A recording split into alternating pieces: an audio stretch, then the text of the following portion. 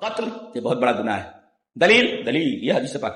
وعن عبد الله ابن مسعود رضی اللہ تعالی عنہ قال قال رسول الله صلی اللہ علیہ وسلم لا تقتل نفس ظلما الا كان على ابن آدم الاول كفل من دمها لانه اول من سن القتل. رواه البخاری فی کتاب احادیث الانبیاء. حضرت امام بخاری رحمہ اللہ اس حدیث پاک کو ایسے ہی بخاری شریف کتاب احادیث الانبیاء کے اندر لائے. راوی حضرت عبداللہ بن مسعود ہے. حضرت عبداللہ بن مسعود فرماتے ہیں کہ رسول اللہ صلی اللہ علیہ وسلم نے ارشاد فرمایا کہ کسی آدمی کو ناحق اگر قتل کر دیا جائے تو قتل کے گناہ کا ایک حصہ آدم کے پہلے بیٹے قابیل کے اوپر آئے گا جس نے اپنے بھائی حابیل کو قتل کر دیا تھا. تو چونکہ اس نے یہ بری سنت ایجاد کرنے کی وجہ سے اس راستے پر کوئی بھی چلے گا تو اس کے گناہ کا ایک حصہ کو ضرور ملتا رہے گا. اس لیے کہ ایک گناہ کی چیز ایجاد کر دی گئی اور کوئی آدمی کوئی اچھی چیز ایجاد کر کے جاتا ہے اللہ، اور اس راستے پر بہت سارے لوگ چلتے ہیں. پہلے بھی وہ جو کر رہا ہے اس کا ثواب تو اسے مل ہی رہا ہے، مرنے کے بعد ملتا رہے گا، اور اس راستے پر اس کی دیکھا دیکھی کچھ اور لوگ چل رہے ہیں تو ان کا بھی ثواب اس کو ملتا رہے گا.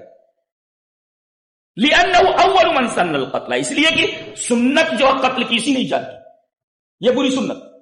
سب سے پہلا قتل اسی نے کیا، وہ بھی بھائی نے بھائی کا. تو وَلَا تَقْتُلُوا أَوْلَادَكُمْ مِنْ إِمْلَاقٍ، اپنے بچوں کو، خاص طور سے اپنی بچیوں کو محتاجی کے خوف سے قتل نہ کرو. اب بیچ میں ایک ٹکڑا آ رہا ہے، دیکھو کیا انداز بیان ہے، کیا اسلوب ہے بولنے کا. اللہ فرما رہا ہے نحن نرزقکم وإیاہم. ایسا لگتا ہے جیسے پیرنتھیٹیکلی ہے جملہ مترجمہ ہے بیچ میں، اس کی ضرورت نہیں تھی لیکن لے آیا گیا. ہم تم کو روزی دیتے ہیں اور ان کو روزی دیتے. پہلے تم کہا گیا، بعد میں ہم کہا گیا. پہلے تم کیوں لایا گیا؟ اللہ فرما رہا ہے تم کیوں اپنی بچیوں کو مار دے رہے ہو محتاجی کے خوف سے نا. اب یہ بولو تم کھانا کھاتے ہو کہ نہیں کھاتے؟ بولے کھاتے ہیں. کون دیتا ہے؟ کون دیتا؟ تو ہی دیتا ہے. اچھا تجھ کو تو دے رہے کہ ہمارے خزانے میں کمی ہے، اس کو نہیں دیتے. کیا سوال ہے، کیا جواب. نحن نرزقکم، تمہیں روزی دے رہے نا ہم. ہاں ملے تو جیسے تم کو روزی دے رہے ہیں، مارنے کی کیا ضرورت، اس کو بھی روزی ہم ہی دیں گے نا. بولے اس سوال کا جواب اس کے پاس ہے. چپ کر دیا گیا. چپ کیا انداز ہے بولنے کا، دیکھ رہے ہو. نحن نرزقکم، تمہیں روزی ہم دے رہے ہیں نا، تو جب تمہیں کھلا رہے تو اس کو نہیں کھلا سکتے. ہمارے خزانے میں کوئی کمی ہے نہیں ہے، پھر کیوں مار رہا ہے؟ دیکھو یہ جملہ کتنا پیارا بیچ میں لے آیا گیا ہے. کیا کیسی سٹائل ہے. نہیں دنیا کا ادب چھان مارو، اس طریقے کا ادب آپ کو نہیں ملے گا کہیں. بولنے کی جو سٹائل ہے پرانے کی، کلام الہی کا انداز بتاتا ہے. یہ محمد کا کلام نہیں ہو سکتا، انسان ایسا نہیں بول سکتا.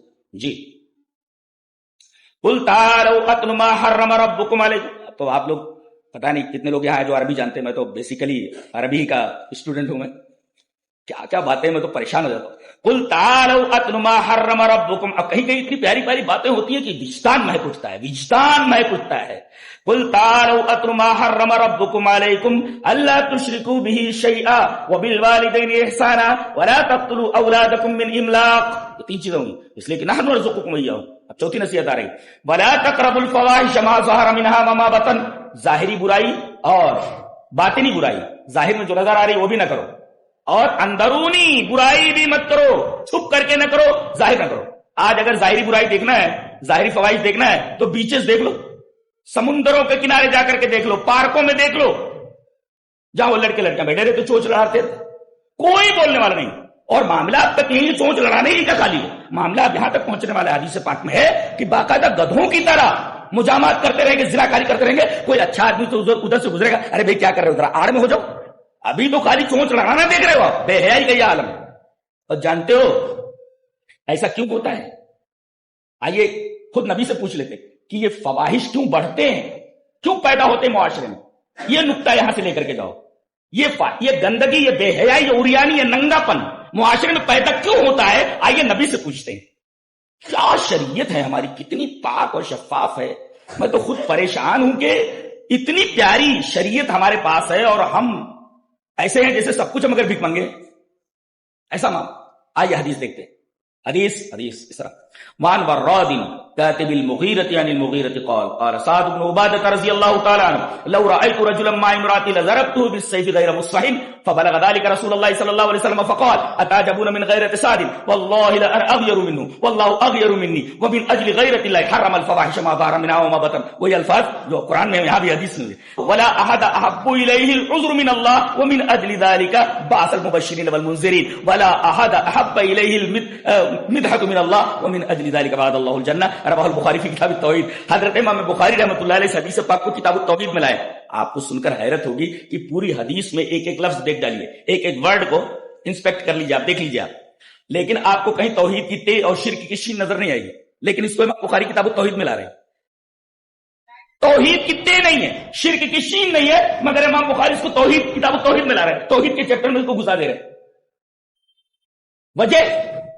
وجہ یہ ہے کہ اس حدیث میں ایک بات کہی گئی ہے۔ سعد بن عبادہ ایک صحابی ہیں، وہ ایک دفعہ کہنے لگے اپنے ساتھیوں سے، سنو، سعد بن عبادہ کہتے ہیں لو رأیت رجلا مع امراتی، اگر میں اپنی بیوی کو کسی غیر مرد کے ساتھ قابل اعتراض حالت میں دیکھ لوں تو I will kill both of them، I will kill him، مار دیتا اس میں، تلوار سے اس کی گردن مار دیتا، اس کو چھوڑوں گا نہیں۔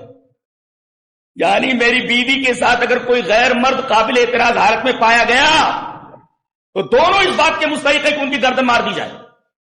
یہ بات جب نبی کو پہنچی، فبلغ ذلک رسول اللہ صلی اللہ علیہ وسلم، رسول اللہ صلی اللہ علیہ وسلم کو یہ بات پہنچی تو آپ نے فرمایا تمہیں سعد کی غیرت پر تعجب ہوتا ہے؟ سعد غیرت مند ہے اور میں سعد سے زیادہ غیرت مند، اور اللہ مجھ سے زیادہ غیرت مند، اللہ اکبر۔ سعد یہ برداشت نہیں کر سکتے کہ میری بیوی کسی غیر مرد کے ساتھ ہو، اللہ کے رسول اس سے زیادہ غیرت مند ہے، آپ اور نہیں چاہیں گے، اور اللہ اس سے زیادہ غیرت مند، وہ کیسے چاہے گا؟ اچھا، تو جیسے کوئی آدمی اپنی بیوی کو کسی غیر مرد کے ساتھ دیکھنا گوارا نہیں کرتا اور اس لائق سمجھتا ہے کہ اس کی گردن مار دی جائے، ایسے ہی اللہ سارے گناہوں کو بخش سکتا ہے، مگر کبھی یہ گوارا نہیں کر سکتا کہ میرا بندہ میرا آستہ چھوڑ کر کے کسی دوسرے آستہ کے اوپر جائے۔ اس وجہ سے امام بخاری اس کو کتاب التوحید سے، دیکھ رہے کتنا بڑا فقیہ ہے امام بخاری، کتنا بڑا فقیہ، دیکھ رہے ہیں اللہ کیسے، اس وجہ سے یہ بے حیائی برداشت نہیں کر سکتا کیونکہ اللہ غیرت مند ہے۔ نقطہ یہ ملا کہ معاشرے کے اندر بے حیائی اس وقت پھیلتی ہے جب غیرت کا فقدان ہو جائے، غیرت ختم ہو جائے۔ ومن اجل غیرت اللہ ہے، غیرت کا لفظ ہے، فواحش کیوں پھیلتے ہیں؟ جب غیرت ختم ہو جائے۔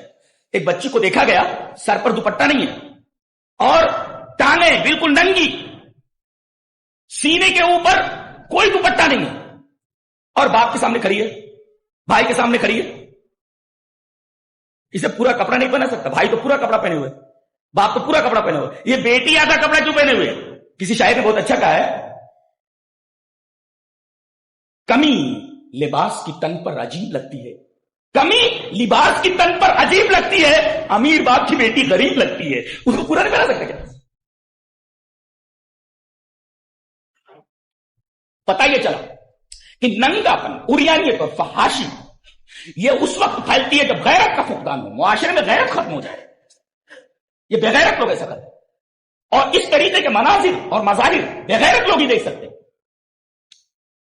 اللہ، تو ولا تقربوا الفواحش ما ظهر منها وما بطن، ظاہری بے حیائی اور چھپی ہوئی بے حیائی دونوں کے قریب مت جاؤ۔ السلام علیکم خالہ، السلام علیکم خالہ، خالہ سلام، ارے بھائی خالہ سے تھوڑی ملنے آیا ہے، خالہ کی بیٹی کو دیکھنے کے لیے آیا ہے، یہ چھپی ہوئی بے حیائی۔ السلام علیکم خالہ، آؤ بیٹا، آؤ بیٹا، آؤ۔ وہ خالہ کو دیکھنے نہیں آیا ہے، بیٹی کو دیکھنے کے لیے آیا ہے۔ اللہ، یہ چھپی ہوئی بے حیائی، اس لیے کہ ایک دوسرے کا پردہ واجب ہے دوسرے کے اوپر۔ تو ولا تقربوا الفواحش ما ظهر منها وما بطن، اچھا، ولا تقتلوا النفس التي حرم الله الا بالحق، کسی آدمی کو چاہے وہ غیر مسلم ہو مسلم ہو ناحق نہیں مار سکتے آپ سے۔ کہتے ہیں اسلام ٹیرر کا مذہب ہے، اللہ کے بندو قرآن تو پڑھو، یہاں بتایا گیا کسی نفس کو جو بھی سانس لیتا ہو، نفس مانے سانس، نفس مانے سانس، کل نفس کہا گیا ہر جاندار، اب ہر جاندار میں مسلم غیر مسلم سب ہے، یہاں وہی لفظ استعمال کرو، ولا تقتلوا النفس، جو بھی نفس ہے بلا وجہ آپ نہیں مار سکتے، بلا وجہ آپ نہیں مار سکتے۔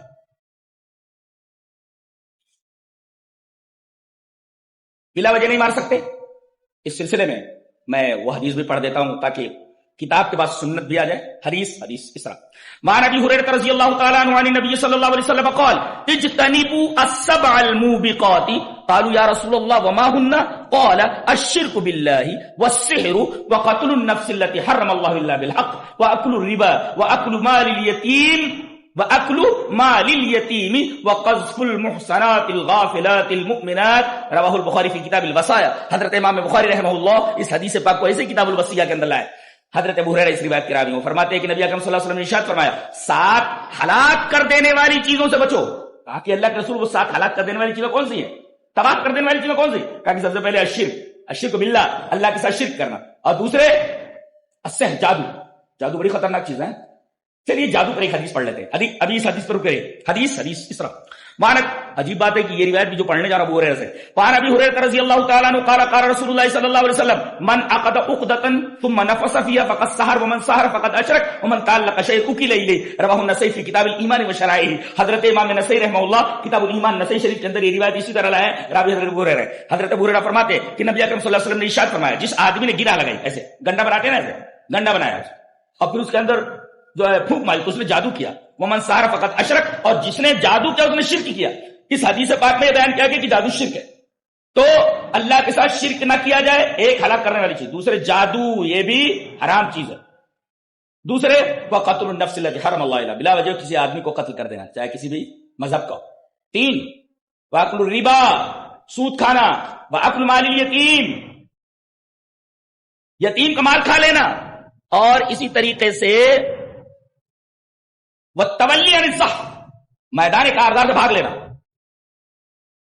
لڑو مرو چاہے جیو, بچے تو غازی مرے تو شہید, بھاگنا کیوں؟ والتولی عن الصح, بھاگنا نہیں. اور آخری چیز کسی سیدھی سادی بھولی بھالی مومنہ عورت کے اوپر تہمت لگانا. یہ سات ہلاک کر دینے والی چیزیں ہیں. تو اس میں آپ دیکھیے وقتل النفس التي حرم اللہ الا. تو اس آیت کریمہ میں 5 چیزیں بیان کی, 5 نصیحتیں ہو گئی. اللہ فرماتا ہے ذالکم وصاکم بہ لعلکم تعقلون, یہ اللہ کی وصیت ہے تمہارے لیے. اور وصیت اس لیے ہوتی ہے تاکہ پوری کی جائے. لہذا جب اللہ کی وصیت ہو پوری کرو, ضروری ہے پوری کرنا. وصیت ضرور پوری کی جاتی ہے اگر جائز ہو تو, اور اللہ وصیت کر رہا ہے, ظاہر اللہ کی وصیت جائز ہے, لہذا یہ وصیت پوری کرنی ضروری ہے. ذالکم وصاکم بہ لعلکم تعقلون. کل 10 نصیحتیں 5 ہو گئی, ایک آیت کے اندر 5 نصیحتیں. اب دوسری آیت آ رہی ہے اس میں 4 نصیحتیں ہیں, اور ایک آیت کے اندر ایک ہی نصیحت ہے, اور سب سے اہم چیز وہی ہے. چلو پہلے دوسری آیت کے اندر جو 4 ہیں تو 5 4 9, اور اس کے بعد ایک آیت کے اندر جو ایک نصیحت وہ بعد میں بیان کریں گے. پہلے دوسری آیت کے اندر جو 4 نصیحتیں, 4 وصیتوں بیان کر لیتے ہیں. ولا تقربوا مال الیتیم, مال یتیم کے قریب مت جاؤ. اللہ, یتیم کے اوپر نگرانی رکھنا, یتیم کی حفاظت کرنا بہت بڑا ثواب. آئیے حدیث پڑھ لیتے ہیں. اس لیے کہ عورتوں کے بعد معاشرے کا سب سے کمزور طبقہ, سب سے کمزور صنف یتیموں کی. باپ مر گیا ہے, کوئی خبرگیری کرنے والا نہیں. کبھی کبھی معاشرے کے لیے نقصان دہ ہو سکتا ہے اگر اس کی تربیت نہ کی جائے. گنڈا موالی خود معاشرے کے لیے سر درد ہو جائے, نگرانی کی جائے, باپ کا سایہ اس کے اوپر ہی. آئیے وہ حدیث پڑھ لیتے ہیں. حدیث اس طرح وعن ابی ہریرہ رضی اللہ تعالی عنہ قال قال رسول اللہ صلی اللہ علیہ وسلم کافل الیتیم له او لغیرہ انا وهو كهاتین فی الجنہ واشار مالک بالسبابۃ والوسطى. رواہ مسلم فی کتاب الزہد والرقائق. حضرت امام مسلم رحمہ اللہ اس حدیث پاک کو اسی کتاب الزہد کے اندر لائے. راوی حضرت ابو ہریرہ. حضرت ابو ہریرہ فرماتے ہیں کہ رسول اللہ صلی اللہ علیہ وسلم نے ارشاد فرمایا کہ اپنے یتیم کی کفالت کرنے والا, یعنی اس کے خاندان کا یتیم, او لغیرہ, یا اس کے خاندان کا ہی ہے کہ دوسرا یتیم, یتیم کوئی بھی اپنے خاندان کو یا غیر خاندان کا, اس کی کفالت کرنے والا, میں اور وہ دونوں جنت پہ اس طرح آئیں گے. اور آپ نے اپنی سب بابا اور استا دونوں انگلیوں کو اس طرح ملا کر بتایا, اس طرح قریب ہوگا جنت. یہ یتیم کی کفالت کرنے کا اجر ہے, ثواب ہے. آج تو بڑے بڑے یتیم خانے کھلے ہوئے ہیں اور لاکھوں روپے یتیم خانے کے نام پر وصول کیے جاتے ہیں. بچوں کا حال برا ہے, بچوں کا حال برا ہے. کسی نے کولر دے دیا تو کولر منتظم نے اپنے گھر بھیج دیا, لڑکے ویسے کو گرمی میں پڑے ہوئے. چاول کے تھیلے آ رہے ہیں, اچھے اچھے تھیلے گھر بھیج دیے جا رہے ہیں, اور اس کی جگہ پر موٹے موٹے چاول ان یتیم بچوں کو کھلانے کے لیے آ رہے ہیں. یہ سب کیا ہو رہا ہے, یہ سب کیا ہو رہا ہے؟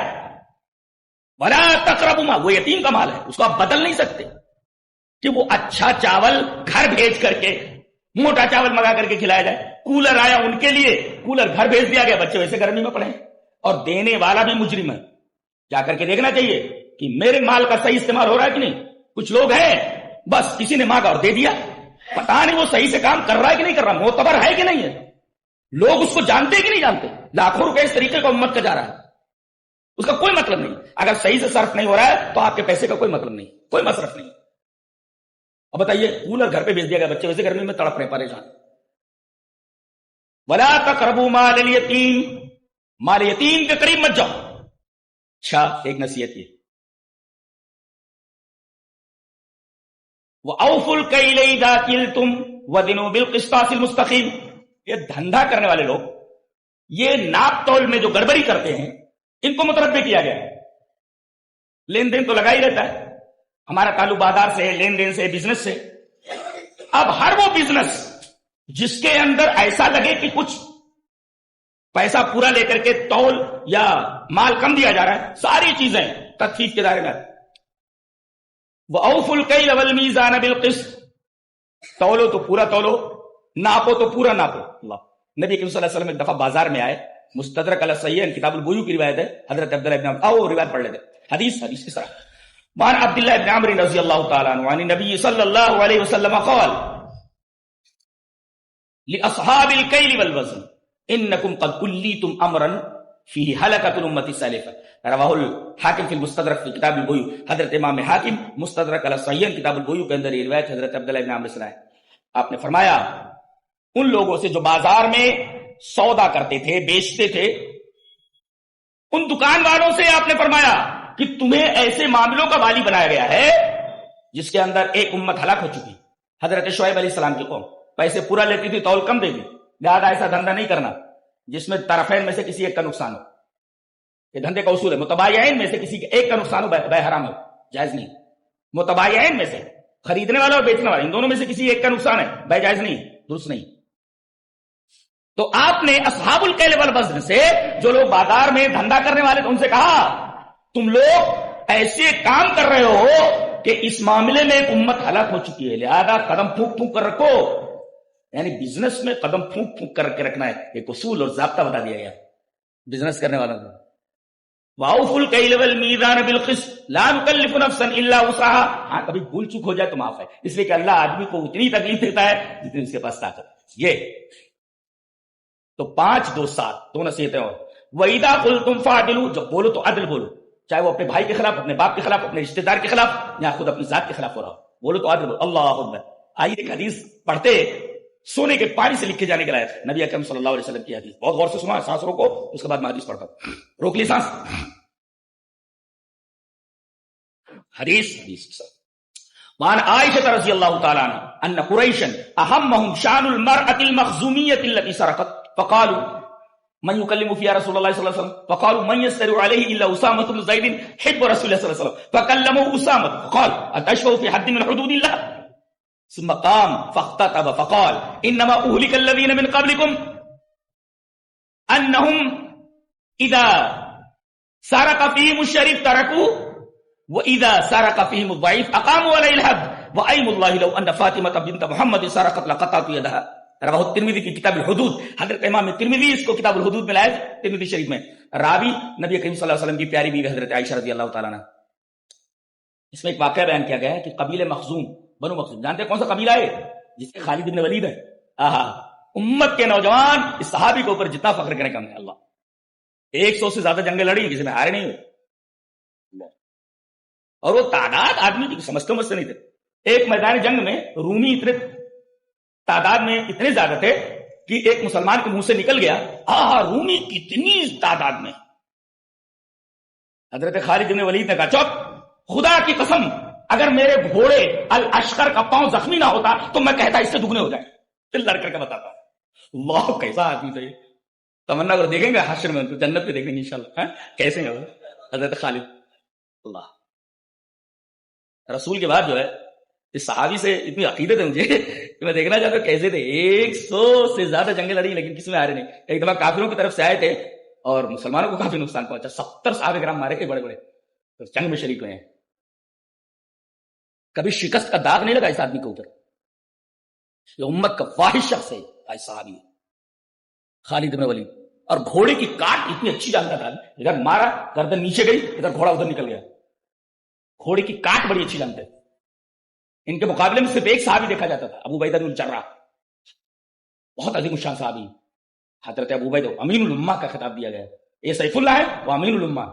کیسے کیسے خطابات زبان نبی سے نکلے، کیسے کیسے لوگ، نہ کوئی یونیورسٹی ہے نہ کوئی کالج ہے، ایک چھوٹی سی مسجد کھجور کے پتوں کی چھت ہے اور مٹی کی دیوار ہے، بہت دنوں تک مسجد نبی میں دروازہ نہیں تھا، کتے آتے تو گھومتے رہتے، دروازہ ہی نہیں تھا۔ بارش ہوتی تھی تو پانی ٹپکتا تھا، فرش گیلا ہو جاتا تھا، صحابہ کرام کیچڑ اور پانی کے اندر سجدہ کرتے تھے۔ لیکن اس اسکول سے جتنے لوگ پڑھے ہیں آج تو بڑے بڑے اسکول کھولے جا رہے ہیں، بڑی بڑی عمارتیں ہیں، لیکن پڑھائی 0/0 ہے، 0/0 ہے، کچھ نہیں آتا بچے، کچھ نہیں آتا۔ بڑی بڑی عمارتیں، خوب پیسے لوٹ رہے ہیں لوگوں سے. پڑھائی میں امت کے بچوں کی فکر، اس لیے خود اس لائق نہیں ہو، ان کے دلوں میں اللہ کا خوف نہیں. لیکن اس چھوٹے سے مدرسے کے اندر کھجور کے پتوں کی چھت ہے. میں کہتا ہوں دنیا کی تمام یونیورسٹیز مل کر کے اگر ایک صحابی بنانا چاہے نہیں بنا سکتے. دنیا کے تمام اسکولز، دنیا کے تمام کالجز، دنیا کی تمام یونیورسٹیز اگر مل کر کے ایک صحابی جیسا انسان بنانا چاہے، ایک صحابی نہیں بنا سکتے. اور یہاں 1,24,000 سے زیادہ ایسے یعنی نرسری آف ہیروز، ایک نرسری کھول لیتے ہیں. یہ تو نرسری آف ہیروز ہے، ہیرو لوگوں کا، ہر ایک آدمی ہیرو ہے.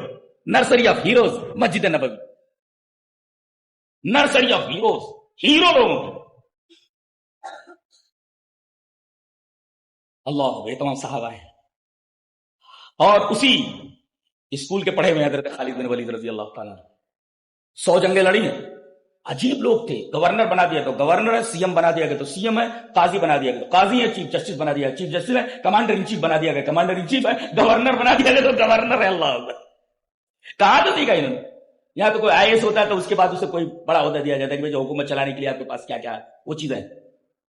یہاں تو ہر ایک پر کا دماغ رکھتا، کیسی کیسی صلاحیتیں دی. تو علم دین کو آپ لوگ سیکھتے نہیں ہیں. دوسرے علم سیکھیے، کون کہہ رہا مت سیکھیے، لیکن اس کے ساتھ علم دین پہلے ضروری ہے. یہ علم دین روشن کر دیتا ہے آپ کے ذہن کو. یہ اگر نہیں ہے تو اب بیکار ہے. شریعت کی نگاہ میں بیکار ہے، دنیا کی نگاہ میں بھی آپ بیکار ہے اس کام میں. اللہ اکبر. تو یہ قبیلہ بنو مخزوم کی عورت تھی، اس نے چوری کی تھی، اور اسلام میں چوری کی سزا ہاتھ کاٹ دینا. اب ظاہر ہے کہ اتنے بڑے قبیلے کی عورت کا ہاتھ کاٹ دینا پورے قبیلے کی ناک کٹ جانے کے مرادف تھا. لہذا یہ ہوا کہ اس عورت کی جو سزا ہے وہ کم کرا دی جائے، ہاتھ نہ کاٹا جائے. لیکن بات کون کرے؟ لوگوں نے کہا بات کون کرے گا نبی سے، اس عورت کا ہاتھ نہ کاٹا جائے. کہا کہ اسامہ ابن زید ہے نا، نبی کریم صلی اللہ علیہ وسلم سے بڑی محبت کرتے اور وہ اگر بول دیں گے کام ہو جائے گا. فکلم اسامہ کو انہوں نے آگے بڑھایا، کہا کہ جا کر بولو نا یار، جاؤ. اب یہ گئے، انہی کے کندھے پر تمام لوگوں نے بندوق رکھ دیا. بات یہی کریں گے، اس لیے کہ حب رسول اللہ من یستر علیہ الا اسامہ بن زید حب رسول اللہ. رسول اللہ صلی اللہ علیہ وسلم تو محبوب ہے. یہ جو بات کہیں گے نبی مان لیں گے. آئے کہا کہ اللہ کے رسول ایک بات بولنی ہے. بولو. کہا کہ اس عورت کا ہاتھ مت کاٹیے. چپ، اتشفع فی حد من حدود اللہ. یہ میرا کام نہیں، اللہ کی حد ہے. یہ تو اللہ کی حد کے بارے میں سفارش کر رہا ہے. تیری جرأت کیسے ہوئی؟ اتشفع فی حد من حدود اللہ. اور یہی نہیں بلکہ آپ کھڑے ہو، آپ منبر پر فاختتب ثم قال، آپ نے کھڑے ہو کر کے خطبہ دیا اور کہا سنو، انما اہلک الذین من قبلکم، تم سے پہلے جو لوگ ہلاک ہوئے جانتے ہیں ان کے اندر ایک بیماری تھی. کیا؟ اذا سرق فیہم الشریف ترکوا، جب کوئی بڑا آدمی چوری کرتا تو چھوڑ دیتے تھے. واذا سرق فیہم الضعیف، جب کوئی کمزور آدمی چوری کرتا تو اقاموا علیہ الحد، تو اس کے اوپر حد قائم کرتے. اب آخری ٹکڑا قابل غور ہے، وَأَيْمُ اللَّهِ، میں اللہ کی قسم کھا کر کے کہتا ہوں، لو ان فاطمہ بنت سرقت لقطعت یدها، اگر میری لخت جگر فاطمہ بھی چوری کرتی تو میں اس کا ہاتھ کاٹ دیتا. یاد لیں انصاف ہے. اور دنیا میں عدل اگر قائم ہو جائے تو تمام فسادات، تمام چیزیں ویسے ہی ختم ہو جائے. امن و امان کہاں ختم ہوتا ہے؟ جب وہاں عدل نہ رہے. عدل کی جگہ ظلم آ جائے تو فوراً وہاں پر فساد کھڑا ہو جاتا. وَأَيْمُ اللَّهِ لَوْ أَنَّ فَاطِمَةَ بِنْتَ مُحَمَّدٍ سَرَقَتْ لَقَطَعْتُ يَدَهَا، اگر میری لخت جگر فاطمہ بھی چوری کرتی تو میں اس کا ہاتھ کاٹ دیتا. یہ ہوئی جناب والا 8ویں نصیحت. وَإِذَا قُلْتُمْ فَاعْدِلُوا وَلَوْ كَانَ ذَا قُرْبَىٰ، وہ بھی عہد اللہ ہو، اور عہد کرو تو پورا کرو. ایک ہوتا وعدہ، وعدہ ایک طرفہ ہوتا ہے، عہد دو طرفہ ہوتا ہے، میں بھی. اور عقد کس کو بولتے ہیں؟ جو لکھت میں آ جائے. یہ 3 فرق. وعدہ ایک طرفہ ہوتا ہے، عہد دو طرفہ ہوتا ہے، اور عقد جو مارج تحریر میں آ جائے. یہ 3 فرق ہے، عقد، عہد اور وعدہ. اب دیکھیں یہاں بے حد اللہ ہو، عہد کرو تو پورا کرو. اب آئیے اس پر بھی ایک حدیث پڑھ لیتے ہیں. حدیث اس طرح، وعن عبد الله بن عمرو رضي الله تعالى عنه عن النبي صلى الله عليه وسلم قال: 4 من كن فيه كان منافقا، او كانت فيه خصلة من 4 كانت فيه خصلة من النفاق حتى يدعها.